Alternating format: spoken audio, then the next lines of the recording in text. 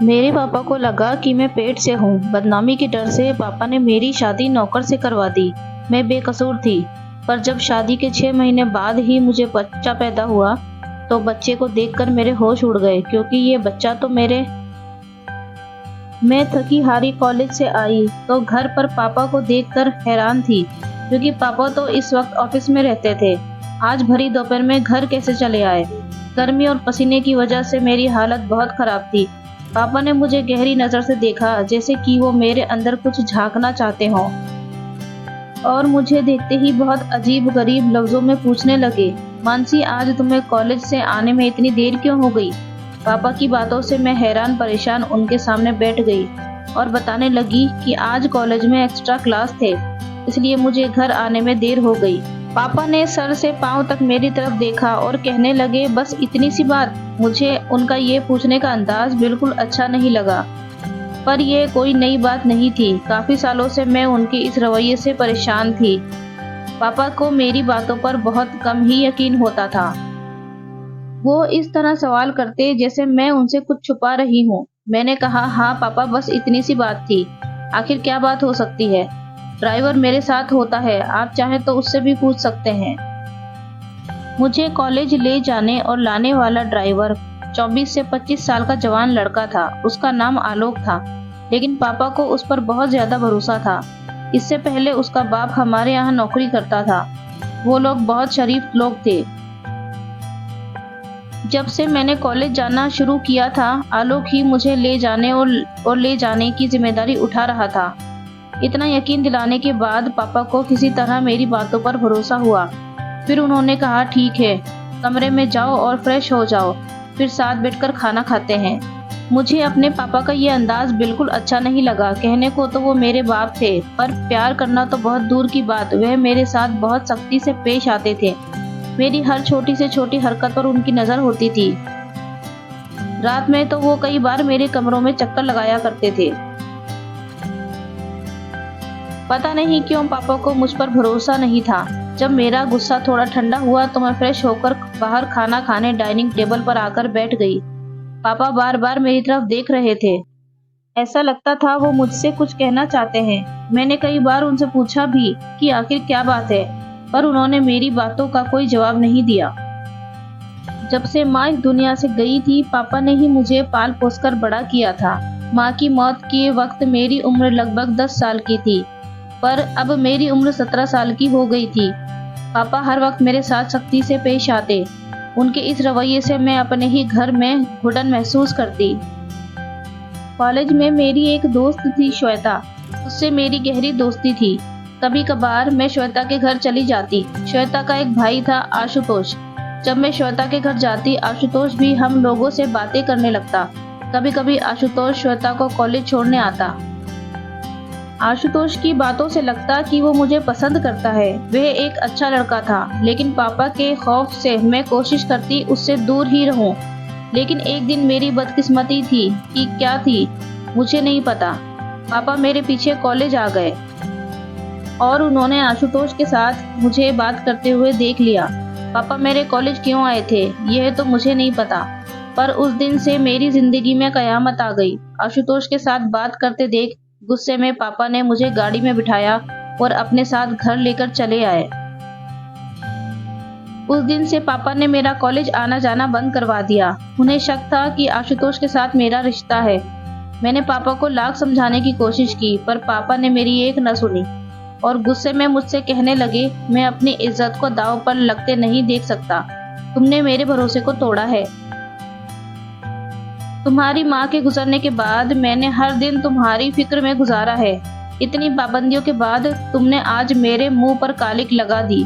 पापा की इस बात ने मुझे अंदर तक झंझोड़ कर रख दिया। मेरा रोना धोना कुछ काम नहीं आया और बिना किसी गुनाह के मेरी पढ़ाई बीच में ही अधूरी रह गई। जबकि आशुतोष के साथ मेरा ऐसा कोई रिश्ता नहीं था कि पापा को सामने मुझे शर्मिंदा होना पड़ता या पापा की इज्जत पर कोई आंच आती। मैं घर में बंद होकर रह गई थी और हर वक्त खामोशी से अपने कमरे में पड़ी रहती। हमारे घर में पैसे रुपए की कोई कमी नहीं थी, पर एक आज़ादी थी जिसके लिए मैं तरस रही थी। मेरे पापा को ही जब मेरे ऊपर भरोसा नहीं था तो मैं गैरों से क्या उम्मीद रखती। एक दिन मेरे पापा के दोस्त प्रमोद अंकल, जो कि मेरे पापा के बिजनेस पार्टनर भी थे, हमारे घर आए। वह आते ही मेरी पढ़ाई के बारे में मुझसे पूछने लगे। मैंने रोते हुए उन्हें सारी बात बता दी। वह पापा के पुराने दोस्त थे और अक्सर ही हमारे घर आया जाया करते थे, इसलिए मुझे उनसे कोई झिझक नहीं थी। मैं अपने दिल की हर बात उनसे आसानी से बता दिया करती थी। प्रमोद अंकल को जब मेरी पढ़ाई के बारे में पता चला तो उन्होंने समझाते हुए मुझसे कहा, तुम फिक्र मत करो, तुम्हारे पापा से बात करके मैं तुम्हारी पढ़ाई फिर से चालू करवा दूंगा। प्रमोद अंकल की बातें सुनकर मुझे थोड़ी तसल्ली हुई, क्योंकि पापा प्रमोद अंकल की हर बात मानते थे। प्रमोद अंकल किसी दिन पापा से यह बात कहते, इससे पहले मेरी जिंदगी ने एक और नया मोड़ ले लिया। एक दिन रात के वक्त मैं गहरी नींद में सोई हुई थी कि पापा अचानक मेरे कमरे में आए तो मेरे मोबाइल की घंटी बज रही थी। पापा ने मेरे मोबाइल को उठाया तो फोन पर आशुतोष था। उसने मुझसे यह पूछताछ के लिए फोन किया था कि उसे पता चला है कि उसकी वजह से मेरी पढ़ाई बंद कर दी गई है। यह बात मेरी सहेली श्वेता ने उसे अभी अभी बताई थी, तो उसे बहुत बुरा लग रहा था। उसने फौरन फोन कर लिया, लेकिन पापा ने उस फोन का भी गलत मतलब निकाल लिया। उन्हें लगा था कि मेरा आशुतोष के साथ वाकई में कोई गहरा रिश्ता है। उस रात से पापा ने मेरा मोबाइल फोन छीन लिया और मुझे कमरे से बाहर निकलने तक मना कर दिया। यह सब होने के बाद मैं सारा वक्त कमरे में बंद रहती। कभी कभार प्रमोद अंकल आते तो मुझसे मेरे कमरे में मिलने चले आते। वह मुझे समझाते हुए कहते, बस कुछ दिन इंतजार कर लो, मैं तुम्हारे पापा को तुम्हारी पढ़ाई के लिए मना लूंगा। अभी इन सब बातों को 2 दिन भी नहीं गुजरे थे। एक दिन पापा मेरे कमरे में आए और मुझसे कहने लगे, आज के बाद तुम मेरे कमरे में सोया करोगी। मैं जवान लड़की थी और मेरे लिए पापा के साथ सोना बहुत शर्म की बात थी। मैंने पापा से कहा, मैं अपने ही कमरे में ठीक हूँ। मेरी बात सुनकर पापा ने गुस्से में कहा, क्यों? रात के वक्त कमरे में तुमसे मिलने कौन आता है? पापा की इस तरह की बातें सुनकर मेरी आंखों में आंसू आ गए और मैंने रोते हुए उनसे कहा, एक बार तो अपनी बेटी पर यकीन करें। पापा ने कहा, जितना भरोसा करना था मैंने कर लिया, पर आज के बाद तुम मेरे कमरे में ही सोया करोगी। उस दिन के बाद से पापा ने अपने कमरे में मुझे सुलाना शुरू कर दिया। पापा के कमरे में सोते समय मैं सारी रात जागते हुए गुजार देती, क्योंकि पापा के कमरे में सोना मुझे अच्छा नहीं लगता था। सारी रात जागने की वजह से जब मैं अपने कमरे में जाती तो पूरा दिन सोते हुए गुजारती। अभी इन सब वाक़े को 3 महीने गुजरे थे कि अचानक मेरी तबीयत खराब होने लगी। ऐसा लगता था कि मेरा सर भारी हो रहा है और मुझे चक्कर आ रहा है। पापा ने जैसे ही मेरी बिगड़ती हुई तबीयत को देखा तो उन्हें यकीन हो गया कि मैं प्रेग्नेंट हूँ। मेरी ये हालत देखकर पापा ने गुस्से में मुझसे कहा, देखा, तुम्हारे गलत काम का नतीजा हमारे सामने आ गया। जिस बात का हमें डर था वही हुआ। तुम उस लड़के से फोन पर बातें ही नहीं करती थी, बल्कि हमारे खानदान की इज्जत मिट्टी में मिला रही थी। अब हम कहीं मुंह दिखाने के काबिल नहीं बचे। पापा की ये बातें सुनकर मेरे सर पर आसमान गिर गया। पापा बदनामी के डर से ना तो मुझे अस्पताल ले जाना चाहते थे और ना ही मेरी किसी भी बात पर यकीन कर रहे थे। ये सब होने के बाद पापा ने तुरंत फोन कर प्रमोद अंकल को घर पर बुलाया और उन्हें भी ये खबर इस तरह सुनाई कि मैं शर्म के मारे जमीन में धंस गई। प्रमोद अंकल भी यह खबर सुनकर परेशान हो गए और उन्होंने मेरी तरफ देखते हुए कहा, मानसी, पहले मुझे लगता था कि तुम्हारे पापा को गलतफहमी है, पर तुमने तो उनकी इज्जत मिट्टी में मिलाकर रख दी। एक बार भी अपने बाप के बारे में सोचा नहीं। प्रमोद अंकल ने मेरे पापा को मशवरा दिया कि अगर तुम्हें लगता है कि तुम्हारी बेटी ने वाकई में गलत काम किया है तो तुम रातों रात इसकी शादी करवा दो, ताकि इस बच्चे को पिता का नाम मिल जाए और यह बात ढकी छुपी रह जाए और तुम बदनामी से बच जाओ। मुझे प्रमोद अंकल से इस तरह की उम्मीद नहीं थी। मुझे लगता था कि शायद वह मेरी बातों को समझेंगे। पापा और प्रमोद अंकल अभी यह बातें कर ही रहे थे, तभी आलोक ने उन दोनों के लिए चाय बनाकर ले आया। आलोक को सामने देखते ही पापा ने अचानक उससे पूछ लिया कि क्या तुम मानसी से शादी करोगे। पापा की यह बातें सुनकर मैं सदमे में आ गई कि पापा कैसे मेरी शादी एक नौकर से करवा रहे थे, जबकि मैंने कोई गुनाह भी नहीं किया था और ना ही मैं प्रेग्नेंट थी। आलोक ने मेरी तरफ देखकर हक लाते हुए बोला, साहब आप ये कैसी बातें कर रहे हैं, मैं मानसी मैम साहब से शादी कैसे कर सकता हूँ। पापा ने आलोक को समझाते हुए कहा कि अगर वह मुझसे शादी करेगा तो उसकी पूरी जिंदगी बदल देंगे, बल्कि उसके माँ बाप की सारी ज़रूरतें भी पूरी करवा देंगे। पापा के इतना समझाने के बाद आलोक मुझसे शादी करने को तैयार हो गया और अगले 1-2 दिनों में मेरी शादी आलोक से करवा दी गई। मैं चाहकर भी इस शादी को मना नहीं कर पाई और ना चाहते हुए भी आलोक से शादी कर ली। पापा ने आलोक को गिफ्ट में एक फ्लैट दिया। शादी होने के बाद आलोक मुझे उसी फ्लैट में लेकर गया। आलोक को मैंने अपना पति होने का हक नहीं दिया था। हम और आलोक अलग अलग कमरे में रहते थे। मैं उससे ज़रूरत की बातें करती और अपने कमरे में बंद हो जाती। आलोक को मुझसे कोई शिकायत नहीं थी। वो हर वक्त मुझे खुश रखने की कोशिश में लगा रहता। हमारी शादी को 2 महीने गुजरे थे कि धीरे धीरे करके मेरी तबीयत खराब होने लगी और मेरा पेट बताने लगा कि मैं पेट से हूँ। लेकिन मुझे अभी तक यकीन नहीं था कि मैं प्रेग्नेंट हूँ, क्योंकि मेरी नज़र में तो मैंने कुछ गलत काम किया ही नहीं था, तो मैं प्रेग्नेंट कैसे हो जाऊंगी। लेकिन जब डॉक्टर को दिखाया गया तो पता चला कि मैं 5 महीने से प्रेग्नेंट हूँ। ये सब सुनकर मैं सन्न रह गई, क्योंकि जब मैंने कुछ किया ही नहीं था तो आखिर यह बच्चा मेरे पेट में कैसे आया।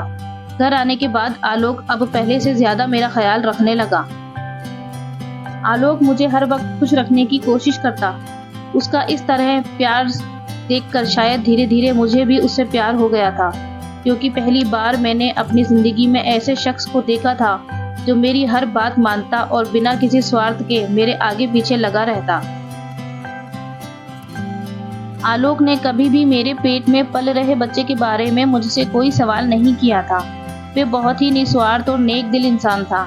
जब से मुझे पता चला था कि मैं 5 महीने से पेट से हूँ, तब से मेरे दिल में कहीं ना कहीं ये बात थी कि मेरे साथ जो हुआ भी ये सब मेरे पापा ने ही किया है, क्योंकि जब से यह बच्चा मेरे पेट में आया था, शादी से पहले के वो 3 महीने हर रात में अपने पापा के कमरे में गुजारती थी।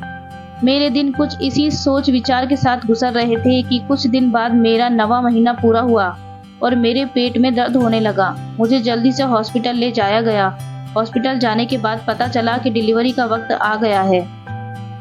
कुछ वक्त के इंतजार के बाद मैंने एक बेटे को जन्म दिया। डॉक्टर ने बच्चा दिखाने की कोशिश की तो मैंने मुंह फेर लिया। मैं उस बच्चे को देखना भी नहीं चाहती थी, जिसकी वजह से मेरी पूरी जिंदगी बर्बाद हो गई थी। आलोक ने जब देखा कि मैं उस बच्चे से नफरत करती हूँ तो उसने उस बच्चे को प्यार से गोद में ले लिया। कुछ वक्त के इंतजार के बाद मैंने एक बेटे को जन्म दिया। डॉक्टर ने बच्चा दिखाने की कोशिश की तो मैंने मुंह फेर लिया। मैं उस बच्चे को देखना भी नहीं चाहती थी, जिसकी वजह से मेरी पूरी जिंदगी बर्बाद हो गई थी। आलोक ने जब देखा कि मैं उस बच्चे से नफरत करती हूँ तो उसने उस बच्चे को प्यार से गोद में ले लिया और वही उस बच्चे का ख्याल रखने लगा। हॉस्पिटल से छुट्टी के बाद हम घर आ गए। आलोक दिलो जान से मेरी और मेरे बच्चे का ख्याल रख रहा था। उसका यह अंदाज देखकर मैंने बड़ी हैरत से पूछा, आलोक कैसे तुम एक नाजायज बच्चे को इतने प्यार से अपना कह सकते हो, जबकि तुम इस बात से पूरी तरह वाकिफ हो कि ये बच्चा तुम्हारा नहीं है। मेरी बात सुनकर आलोक कुछ देर के लिए खामोश हो गया और फिर कहने लगा, मानसी मैं आपसे बहुत प्यार करता हूँ। आपसे जुड़ी हर चीज मुझे बहुत प्यारी है। ये बच्चा आपने पैदा किया है, इससे मुझे उतना ही प्यार है जितना कि आपसे। उसके मुंह से अपने प्यार का इस तरह इजहार सुनकर मैं दंग रह गई। बच्चे को पैदा हुए महीना होने वाला था, लेकिन अब तक मैंने बच्चे को गोद में नहीं उठाया था। आलोक ही बच्चे का दिन रात ख्याल रखता। मैं अपने कमरे में बंद होकर अपनी बदकिस्मती पर आंसू बहाती रहती।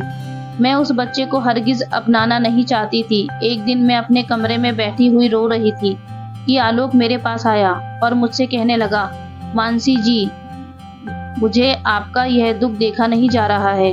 क्या आपको जानना है कि ये बच्चा किसका है? उसके मुंह से ये बात सुनकर मैंने हैरत भरे अंदाज में कहा, हाँ मुझे जानना है, मुझे जल्दी बताओ।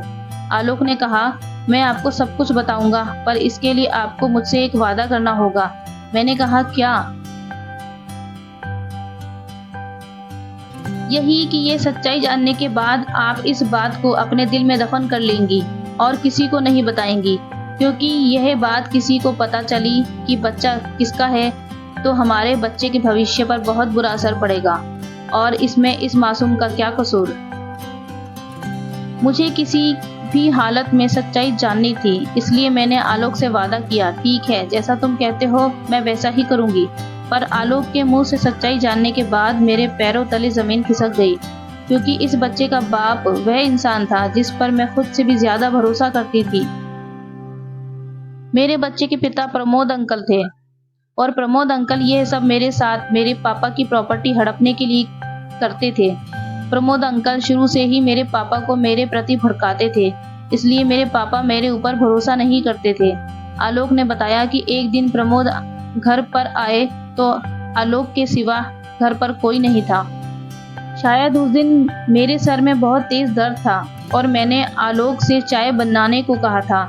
तभी अचानक प्रमोद अंकल आए और आलोक को किचन में चाय बनाता हुआ देख आलोक से पूछने लगे, किसके लिए चाय बना रहे हो?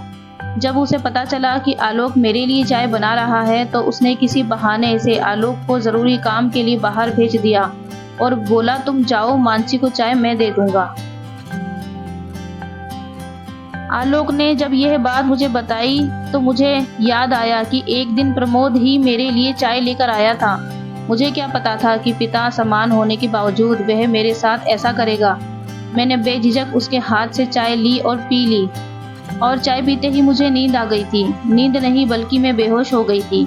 आलोक ने बताया कि उसे पता नहीं क्यों कुछ अनहोनी का अंदेशा हो गया था, इसलिए काम निपटाकर घर जल्दी आया। पर जब तक मैं आया तब तक प्रमोद काम कर चुका था और आपके कमरे से निकलते हुए अपने शर्ट की बटन बंद करता हुआ अपने घर चला गया। तब से मैं प्रमोद और आपके पापा की बातों पर ध्यान देने लगा। ज्यादातर प्रमोद आपके बारे में आपके पापा को भड़काता।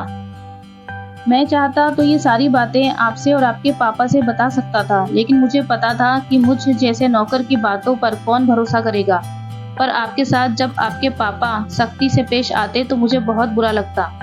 मानसी जी, भले ही मैं आपके घर का नौकर या ड्राइवर था, पर आपके साथ ऐसा होता हुआ देख मेरा दिल तड़प उठता।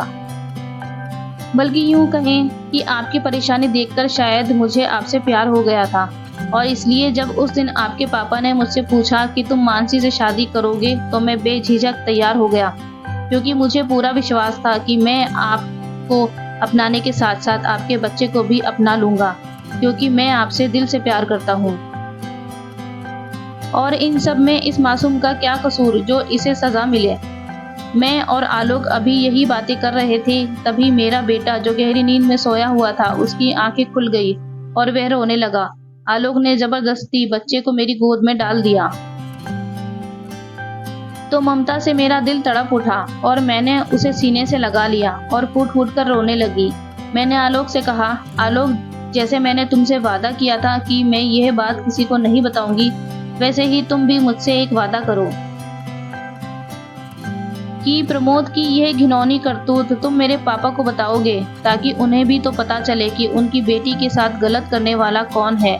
और आज तक जो वह मेरे ऊपर शक करते आ रहे थे, उनकी बेटी गलत नहीं है, बल्कि उनका सबसे करीबी दोस्त गलत है, जिस पर वह खुद से भी ज्यादा भरोसा करते थे। आलोक ने कहा, पर यह बात आपके पापा किसी को बता दिए तो? मैंने आलोक से कहा, पापा ये बात किसी को नहीं बताएंगे, मैं पापा को समझा लूंगी, अपने लिए ना सही अपने बच्चे के लिए। बस यह बात मैं उन्हें इसलिए बताना चाहती हूँ कि उन्हें भी सच्चाई का पता चले। आलोक ने उसी वक्त फोन करके पापा को बुलाया और सारी सच्चाई बताई। पापा को जब ये बात पता चली तो वह मेरे सामने हाथ जोड़कर फूट फूट कर रोने लगे और कहने लगे, मानसी, मुझे माफ कर दो, मैंने अपनी बेटी पर भरोसा ना करके बहुत गलत किया, और अगर इस बच्चे की बात ना होती तो मैं अभी इसी वक्त प्रमोद को जेल भिजवा देता। पापा उसी दिन मुझे और आलोक को अपने साथ लेकर चले गए और प्रमोद से सारे रिश्ते नाते तोड़ दिए। हमने और आलोक ने एक वादा किया कि हम गैरों से ज्यादा अपने बच्चों की बातें सुनेंगे। क्योंकि जो मेरे पापा ने मेरे साथ किया कोई भी पेरेंट्स अपने बच्चों के साथ ना करें। क्योंकि अगर मेरे पापा मुझ पर भरोसा किए होते तो आज मुझे ये सब भुगतना नहीं पड़ता। ये कहानी आपको थोड़ी सी भी पसंद आई हो तो वीडियो को लाइक करें, चैनल को सब्सक्राइब करें और कमेंट में ज़रूर बताएं कि ये कहानी आपको कैसी लगी। Thanks for watching.